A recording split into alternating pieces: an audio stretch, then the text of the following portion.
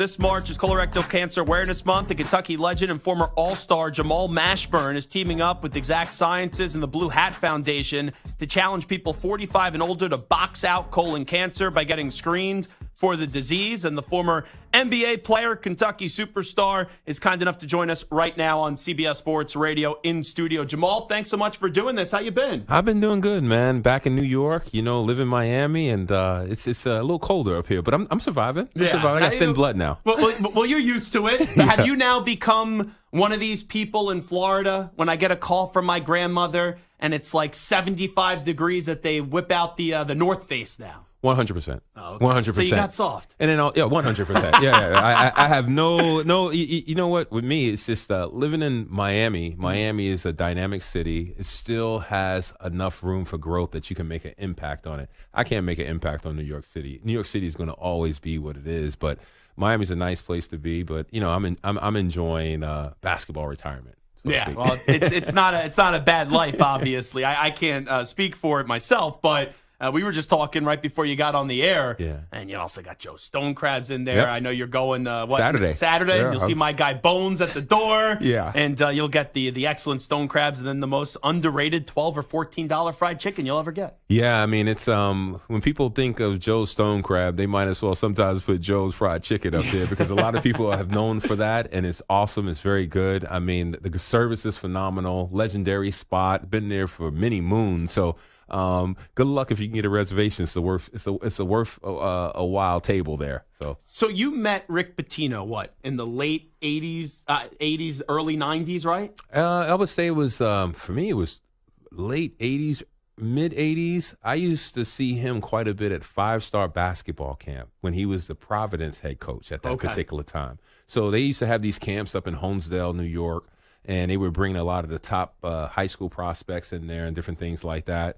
About 400 kids or so, and he would do like motivational speeches and teaching clinics. And for some reason, he would always pull me out of the crowd. I used to tease him after a while, you were recruiting me back then. You know what I mean? And so we developed a relationship along with the other assistant coach, Herb Sendek. He was the primary recruiter.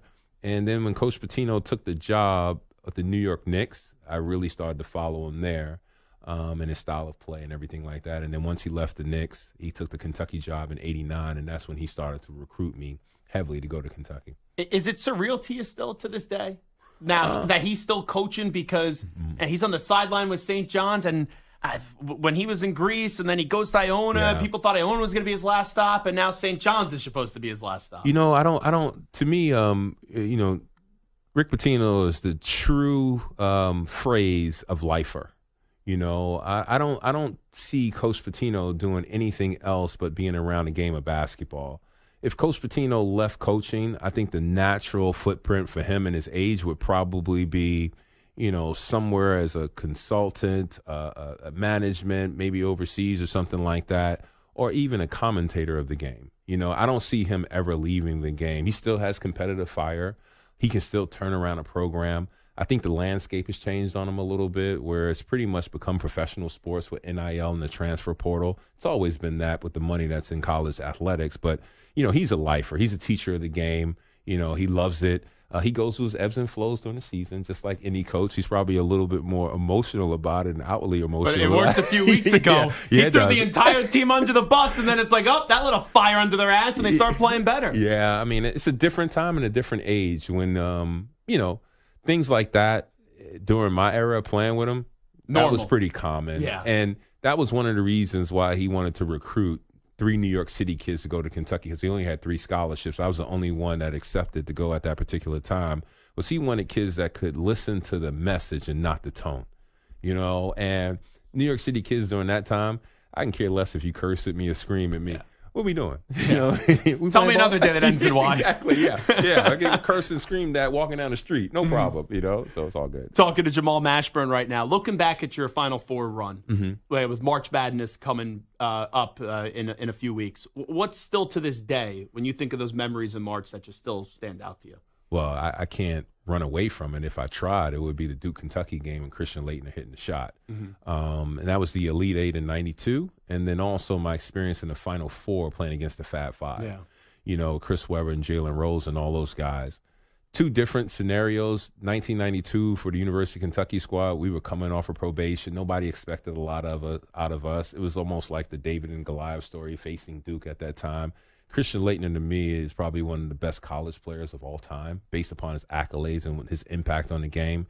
And then you fast forward to 1993 and facing the Fab Five, a cultural phenomenon, and what they meant to this game of college basketball. They might have been the true NIL group. When you think about it, all the things that they've kind of ushered in, meaning the baggy shorts, the lifestyle, different things like that. So it was we just didn't have enough to get past the combination of Duke and all that they had to offer. But to me, there was a winner and a loser, but Kentucky actually won, in my opinion, because you were back on the map. And then getting to the Final Four in New Orleans, I wound up being a New Orleans Pelican at one point. You know what I mean? So that's a full circle moment. But for me, that's the purity of the game, at least from a player standpoint. Take all the money, the sponsorships, and all those different things out. It's one and you're done. It's like a pickup game, in the streets of New York City or wherever you play at. Somebody got to call next, and you might not be the person that will be continuing to play. So that's what I love about March Madness and the college basketball experience. It's show up, and you might have your off night, and you might lose and go home, or you might be a 16 or whatever seed, 11 seed or whatever it is, and you can make it to the Final Four. I never thought about it until the way that you were just looking back at your matchup against the Fab Five. Everyone then remembers the championship game with Weber and the timeout. North Carolina. Yeah. So you lose the round before, obviously, in the Final Four, the semifinals. Do you remember watching that national championship game at all? You guys weren't still there, right? Yeah, we stayed. Oh, you stayed? Okay. Yeah, we stayed. So I think the championship game was on a Monday, and we lost on a Saturday, I think it was. Yeah. And Coach Pitino was just like, hey, you're in New Orleans. Go hang out. We're going to stay to after this. I think we flew out that Tuesday morning. And that Tuesday morning actually is when I had my meetings with the 4 agents and 4 business managers that Coach Pitino has set up. And that was the process that we talked about before my junior year started. But we stayed. Coach Pitino was he was a big part of it's basketball, but also you guys are college kids. You got to enjoy the experience, and that's what he let us have and have that opportunity. And also we had other people who were freshmen that probably need to see that experience. They didn't play a lot. I think one player played a lot, not a lot, was Tony Delk and also Roderick Rhodes. But it was one of those things where he was trying to show them, what the experience can be like by experiencing the whole Final Four rather than just the piece you were in. Talking to Jamal Mashburn, who joins us in studio right now. When you get to the current day Wildcats, we know John Calipari has been there a long time. First few years in, he won a national championship. When you're at a school like Kentucky, you win one, it's okay. When are you going to get the next one? How do you look at so far the long tenure of John Calipari? I think it's kind of like the evolution of adding social media into the mix. People having a voice that are part of the fan base that gets louder and louder when they don't think you have achieved what they think they are entitled to have, and that's championships. But the competitive landscape of college basketball has changed. Even if you look at it before NIL and the transfer portal, who he recruited were one-and-done kids, the top of the class and everything like that. So his roster turned over every year, and I don't think people realize how difficult that is to have continued success and get a new group every year in there and have to restart it. Back before then, kids stayed 3 to 4 years. And you also had kids in there that were probably not pros, but they were very impactful glue guys that did a lot on the college level. One of my good friends who I played with the Gauchos with here in New York City, Orlando Antigua, he's the assistant coach there. So me and him stay in contact quite a bit. And, it's a pressure cooker down there. It's not everybody's built for Kentucky basketball. I've seen a lot of kids, and even when I played in my time there, that transferred. They were from Kentucky. They just couldn't handle the pressure of it. But I think John Calipari, in my opinion, has been a success. I kind of racked my brain. We had Tubby Smith after, who coached me and helped recruit me as well, then Billy Gillespie. Who else could step foot into that program and consume everything that needs to be consumed that goes around just beyond coaching? There are very few guys that can step in there and have success. I mean, I don't even know if a guy like Roy Williams could have had success there. Interesting. That's a different personality. Coach Pitino, when he got there, he had that New York charm with him, or you want to call it New York BS with him, that he can navigate the politics of different things, bring people closer, but also keep other people away from his players so that we didn't get in trouble as far as, extracurricular stuff. But there's not very many guys that Coach K, Tom Izzo. I don't even know if Coach K. Oh, wow. I mean, I don't. Coach K, he embraced the one and done late in his career. You know what I mean? I don't know. I don't know if he had the capacity to do it. I think you need to have a little bit of salesmanship with you. You know who I think could do it? Probably Bruce Pearl. Bruce Pearl at Auburn. I got to know him a little bit. I like him a lot. He comes on the show a bunch. Yeah, he has a personality for it. He's engaging and different things like that. So there's only a few that I can see in my mind that can actually sit at the center of that job and have success and longevity. So safe to say you're not at a point now where it's like, oh, we got to get. I like Calipari to be clear, but a lot of some people in the fan base, even though what the contract is, they're like, oh, you got to get him out of Kentucky. Yeah, I think grass is not always greener. You know what I mean? And then also too, it's the landscape has changed on how you get players nowadays. It's come down to the Power Five. I think football has made an impact on that part of it as far as basketball is concerned, the different conference alignment. A lot of factors. I would say Kentucky basketball is probably the closest thing to a professional basketball franchise where your coach has to be a CEO.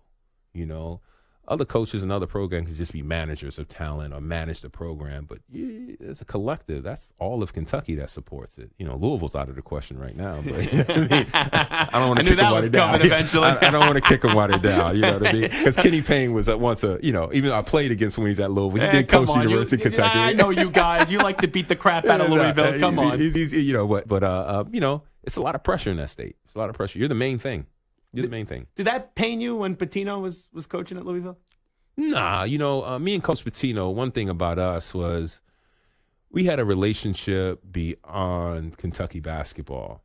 And he approached me when I was a young kid and always approached me in the way that he valued my ability, physical ability, but also he valued my mind as well, and on the basketball side. So me and him had an open dialogue and conversation in a way I've always looked at. Once you become a pro, and he went to the Boston Celtics, I didn't think he should have been the president of the Boston Celtics. He should have just kept the head coaching job and let somebody else handle the personnel. But I understand why he did it.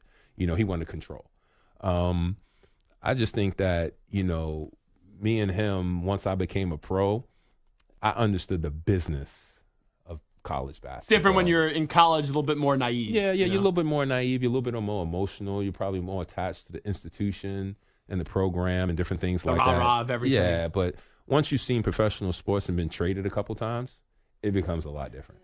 Absolutely. Wrap it up with Jamal Mashburn. Do you like the NBA today? I get that question a lot. Yes.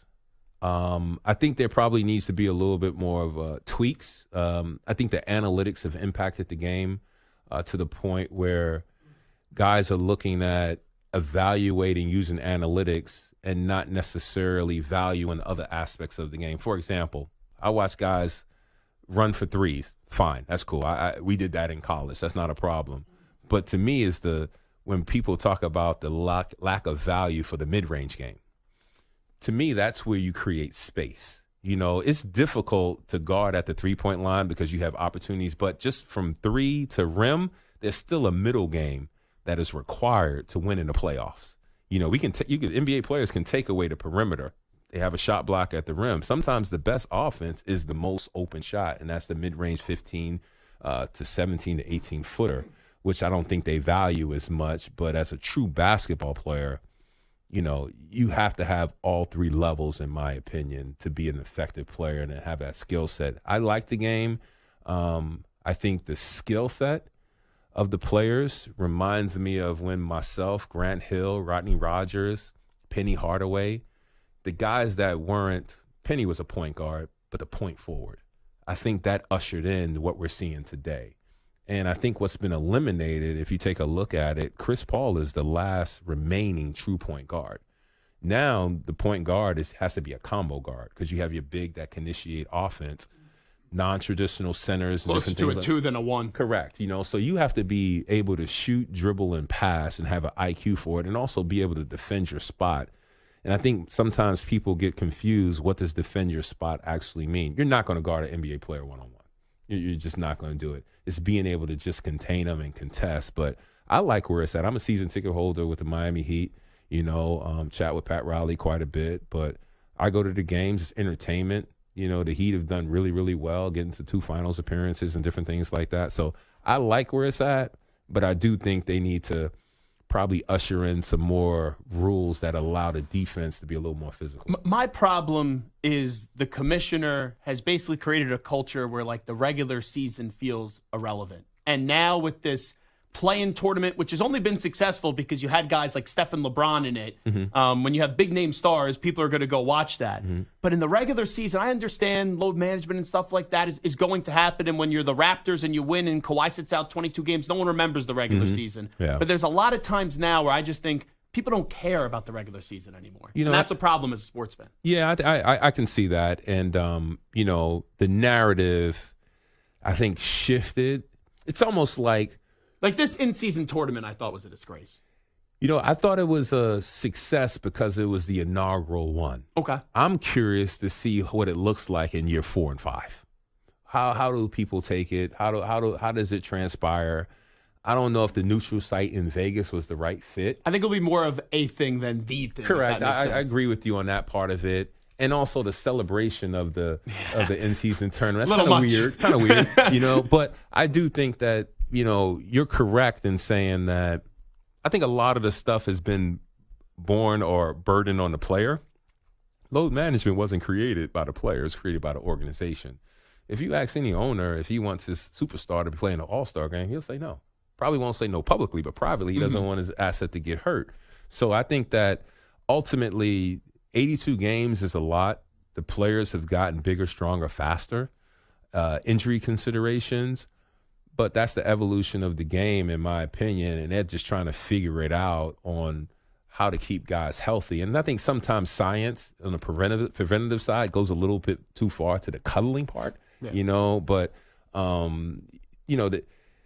I think, me personally, that narrative was created by guys who are veterans and organizations who are specifically going after championships. And we got to be realistic here. Not every organization is going after a championship. 100%. There's no doubt about that. All righty, before we let you run, this March is Colorectal Cancer Awareness Month, and Kentucky legend and former All-Star Jamal Mashburn is teaming up with Exact Sciences and the Blue Hat Foundation to challenge people 45 and older to box out colon cancer by getting screened for the disease. I know this is something that's very important to you. Just tell us what we're doing. Yeah, it's important for people 45 and older to get screened. I was impacted by colon cancer with my mother, Helen Mashburn. She was diagnosed, ironically, in my best season of my NBA career when I became an All-Star in 2003. If she'd have got screened earlier, we probably wouldn't have to deal with some healthcare hurdles that we had to deal with.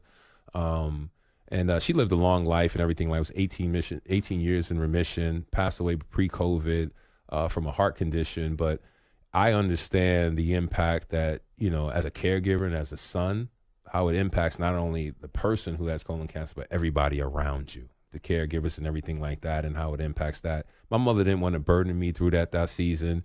And when I finally saw her, my mother would carry around 200 pounds at 5'11". When I saw her, she was 100 pounds. So the disease is preventable.